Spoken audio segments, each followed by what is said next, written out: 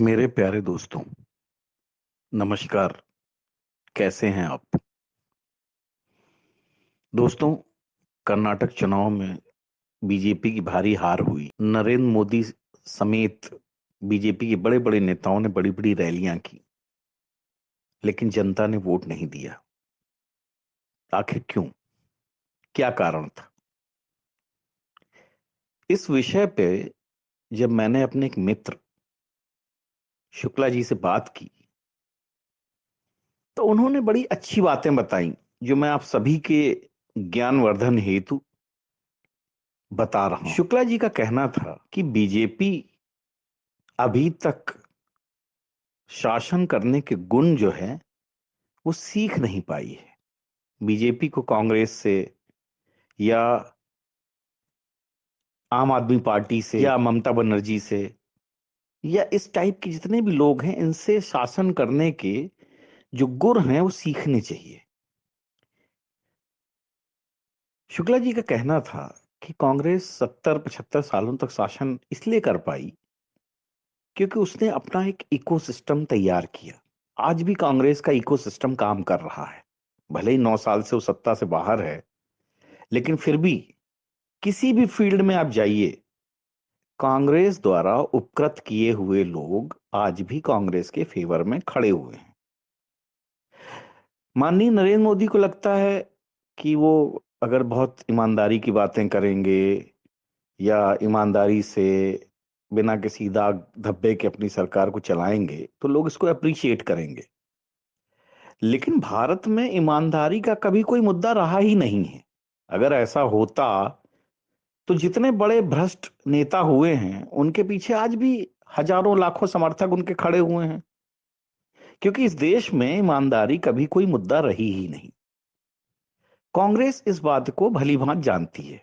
तभी आजादी के बाद से किसी को उसने मिट्टी के तेल का कोटा दे दिया, किसी को शक्कर का कोटा दे दिया, किसी को पेट्रोल पंप दे दिया, किसी को टेलीफोन दे दिया, किसी को ड्राइविंग लाइसेंस बनाने का कोटा दे दिया।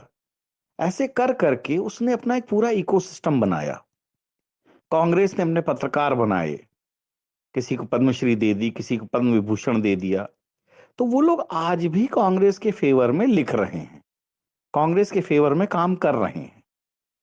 जबकि बीजेपी क्या है कि नहीं जी, हम तो ईमानदारी से पद्म विभूषण बांटेंगे, पद्मश्री बांटेंगे। भाई बांट लो, क्या हुआ?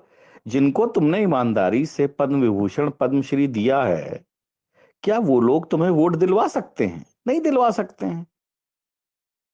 यहां तक कि वो भी खुद वोट दे दें, बहुत बड़ी बात है। बीजेपी ने कुछ हद तक बीच में या अभी भी कोशिश की मुफ्त का राशन बांट दो, लेकिन पता होना चाहिए कि जनता यहाँ की मुफ्त का राशन खा जरूर रही है, और एक वर्ग विशेष जो कि मुफ्त का राशन खा रहा है, लेकिन वो वोट बीजेपी को नहीं देगा, क्योंकि उसका अपना एजेंडा अलग सेट है।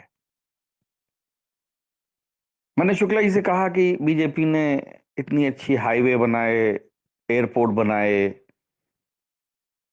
रेलवे स्टेशनों का कायाकल्प कर दिया, वंदे भारत, बुलेट ट्रेन आदि ये सब चला रही है, और वो भी बेंगलोर जैसे या कर्नाटक जैसे, जिसको कि आईटी क्षेत्र का सबसे अग्रणी राज्य माना जाता है, वहां पर भी लोगों ने इस बात को तवज्जो नहीं दी। तो उनका ये कहना था कि जो ये हाईवे, आपके एयरपोर्ट या बुलेट ट्रेन या वंदे भारत, इनमें जो चलने वाले लोग हैं वो वोट देने जाते ही नहीं है। और जो रूरल जनता है उसके लिए कांग्रेस ने अच्छे अच्छे वादे किए कि मैं ये तुम्हें फ्री में दे दूंगा, ये दे दूंगा, ये कर दूंगा, वो कर दूंगा। जो वो वादे किए, तो जनता को यहां फ्री में चाहिए। उसे क्या लेना देना तुम्हारी बुलेट ट्रेन से? तुम सड़क बनाओ मत बनाओ, सड़कों में गड्ढे रहे ना रहे। क्योंकि ज्यादातर मैंने लोगों को ये कहते हुए सुना है कि भैया तुम्हारे पास कार है, हमारे पास तो कार है नहीं, तो सड़क की चिंता तुम्हें है, हमें क्या लेना देना, हमें तो पैदल चलना है। तो गड्ढे हो चाहे ना हो, क्या फर्क पड़ता है? तो जनता को यहां विकास का कोई मुद्दा नहीं है। यहां मुद्दा क्या है? आप पेट्रोल 50 रुपए लीटर कर दीजिए, ठीक है, सबको सरकारी नौकरी में घुसेड़ दीजिए, सबको जो है राशन दे दीजिए। आप एयरपोर्ट से किसी को क्या लेना देना भाई, एक दिन लगता, हम 4 दिन बाद पहुंच जाएंगे। इन चीजों को लोग सुपरफिशियल मानते हैं। और इन्हीं मुद्दों पे अगर आप कहें कि कोई विकास के मुद्दे पे आपको वोट देगा, तो विकास की बातें कहना सुनना हर कोई चाहता है, लेकिन जब वोट देने की बारी आती है तो जनता मुफ्त की चीजों को सबसे पहले प्रेफरेंस देती है। क्योंकि ओवरऑल जो वोटर है वो अपने लालच से बाहर नहीं निकल पाता है। मोदी जी कहते हैं ना खाऊंगा ना खाने दूंगा, लेकिन जनता कहती भाई तुम मत खाओ, हमें तो खाने दो, हमारी तो आदतें इतनी पुरानी पड़ी हुई हैं, तो हम क्या करें। तो ये सारे जो फैक्टर हैं, इन्हीं सारे फैक्टर्स की वजह से अरविंद केजरीवाल देखो आते ही हिट हो गए। साथ ही बीजेपी का भी अपने कैडर का ध्यान नहीं रखती है। ममता बनर्जी को देखो, उनके किसी एक छोटे से भी अगर समर्थक पे कोई कार्रवाई होती है तो आपने देखा वो खुद धरने पे बैठ जाती हैं। बीजेपी तुरंत अपने जो कार्यकर्ता हैं उनको ईमानदारी और शुचिता के नाम पे अकेले मरने के लिए छोड़ देती है। तो ये बात बीजेपी का कैडर भी जानता है, यही कारण है कि हर कोई लल्लू पंजू जो है मोदी जी को गालियां देके चला जाता है। और मोदी जी उसको कहते हैं कि ये हमारी ताकत है किसी में हिम्मत जो कांग्रेस के या समाजवादी पार्टी के या ममता बनर्जी को गाली देके निकल जाए? क्योंकि उनका कैडर ही इतना डेडिकेटेड है कि वो आदमी को बिछा देंगे। तो बीजेपी जो है शासन करने के अभी तक सत्ता के मंत्र नहीं सीख पाई है। बीजेपी जो कहा जाता है बनियों की पार्टी है, बीजेपी अभी उसी मोड में चल रही है। ये ईमानदारी का गाना गाते हैं, लेकिन इस देश में ईमानदारी रातों रात नहीं आ सकती। जो खून लोगों को लगा हुआ है बरसों से, वो तुम क्या 7-8 सालों में मिटा पाओगे? नहीं। एक तरफ तो बीजेपी हिंदुत्व के मामले में बदनाम है, दूसरी कभी हिंदुओं का साथ देती ही नहीं है। जहां मुसीबत पड़ेगी वहां सबसे पहले आप दूसरे धर्मों के लिए सबका साथ, सबका विकास, सबके विश्वास को जीतने में लगे रहते हो। और जिनका विश्वास जीतना चाहते हो वो तुम्हें वोट ही नहीं देते हैं। कर्नाटक में भी देख लो, कोई वोट नहीं दिया।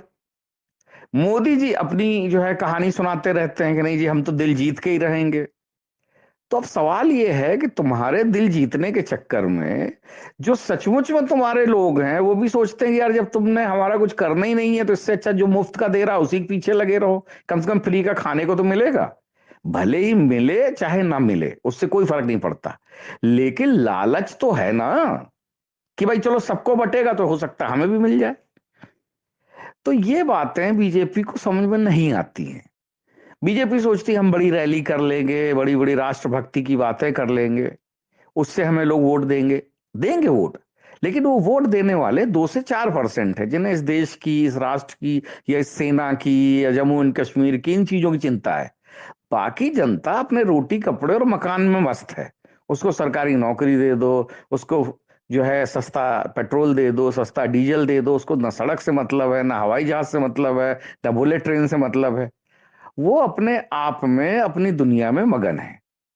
आप बात करोगे कि मतलब जो है इस देश को किस तरीके से हमें सही चलाना चाहिए ताकि देश का नाम जो है पूरी दुनिया में हो। लोगों को क्या लेना देना इस दुनिया से? लोगों को अपने फायदे की चीज चाहिए। आप उनको फायदे की चीज देते रहिए, वो आपको जो है गाना गाते रहेंगे। अदरवाइज कर्नाटक जैसा जो कहते नहीं कि पढ़ा लिखा और आईटी क्षेत्र का सबसे मतलब जो है अच्छा राज्य है, जहां पे इतनी मोदी गवर्नमेंट ने स्टार्टअप की सुविधाएं दी, क्या कहते हैं हाईवेज ये वो दुनिया भर की सुविधा दी, लेकिन वहां पर नहीं जीत पाई क्योंकि किसी ने, लोग हाईवे पर चले भूल गए। और ज्यादातर लोग कहते हैं जी हाईवे बना दिया तो टोल भी ले रहे हो। अरे मैं तो कहता हूँ हाईवे क्यों बना रहे हो भाई?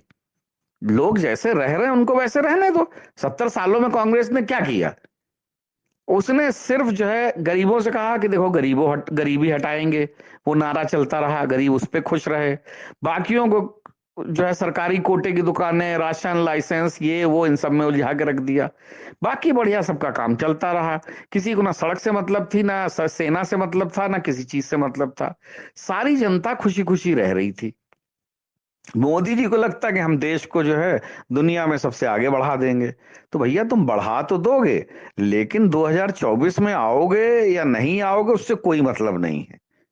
और जनता यहाँ की बहुत ही जो है ना समझदार है।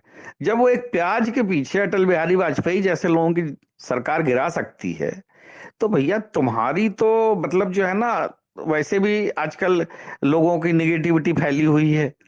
ठीक है, आपको क्या क्या लोग कहते हैं ये तो आपको जानते, लेकिन आपका कहना है कि हमारे मतलब जिससे हमें ताकत मिलती है, तो अब भैया आप ताकत लेते रहिए, गालियां सुनते रहिए, और जनता जो है वो अपना कब मूड बदल दे ये किसी को नहीं पता।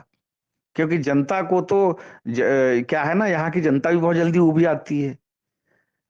और आपने ऐसा कुछ भी मतलब बड़ा जो कहते नहीं कि या तो आप, आपको फासिज्म के आपके ऊपर इल्जाम लगते हैं, या तो आप सचमुच में फासिस्ट बन जाओ कि कोई आपको गाली दे तो उसकी जबान जो है सुधार दो।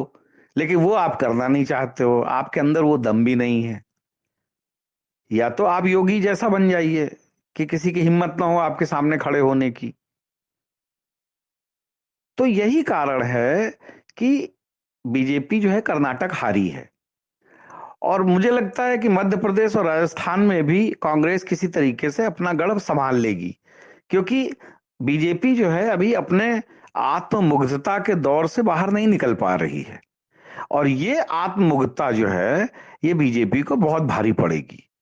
और मोदी जी का जो चेहरा है या मोदी जी की जो बातें हैं, अब वो लोग धीरे धीरे उसको नकारने लगे हैं। अब वो फैक्टर जो है इतना ज्यादा प्रभावी रह नहीं गया है। और लोकल लीडरशिप यह सोच के बैठी है कि अरे चलो लास्ट मिनट पे मोदी जी आ जाएंगे तो उनके नाम पे हमें वोट मिल जाएगा। बट ऐसा कुछ नहीं है। हर मुख्यमंत्री को मेहनत करनी पड़ेगी, वरना ऐसे ही कर करके बीजेपी के हाथ से एक एक करके सारे राज्य निकल जाएंगे। और बाकी बाद में आप कहानी सुनाते रहिए, सुनते रहिए, लोगों को बहलाते रहिए, और खुद जो है कहिए कि नहीं साहब हम मतलब जो है हिंदुओं को बचाने आए हैं। बट हकीकत ये है कि बीजेपी हिंदुओं के लिए कभी खड़ी ही नहीं होती है। जितना तुष्टीकरण कांग्रेस ने नहीं किया, उससे 100 गुना ज्यादा तुष्टीकरण बीजेपी ने किया है। और ये बात आंकड़ों से भली भांति सिद्ध हो जाता है। तो बीजेपी जितना भी विश्वास जीतने की कोशिश करेगी, ना वो उनका विश्वास जीत पाएगी, ना इधर का विश्वास मिलेगा। और कुल मिला के नील बटा सन्नाटा ही रहेगा। तो यही कारण है कि बीजेपी के हाथों से कर्नाटक निकल गया, और राजस्थान और छत्तीसगढ़ भी, राजस्थान, छत्तीसगढ़, मध्य और प्रदेश, ये तीनों भी निकलने के चांसेस बहुत ज्यादा मुझे लगता है कि बीजेपी को इन बातों पर ध्यान देना चाहिए। और नहीं ध्यान दे तो फिर सबका साथ, सबका विकास और सबके विश्वास पे लगी रहे। देखो किसका विश्वास मिलता है और किसका नहीं मिलता है। जय हिंद, जय भारत।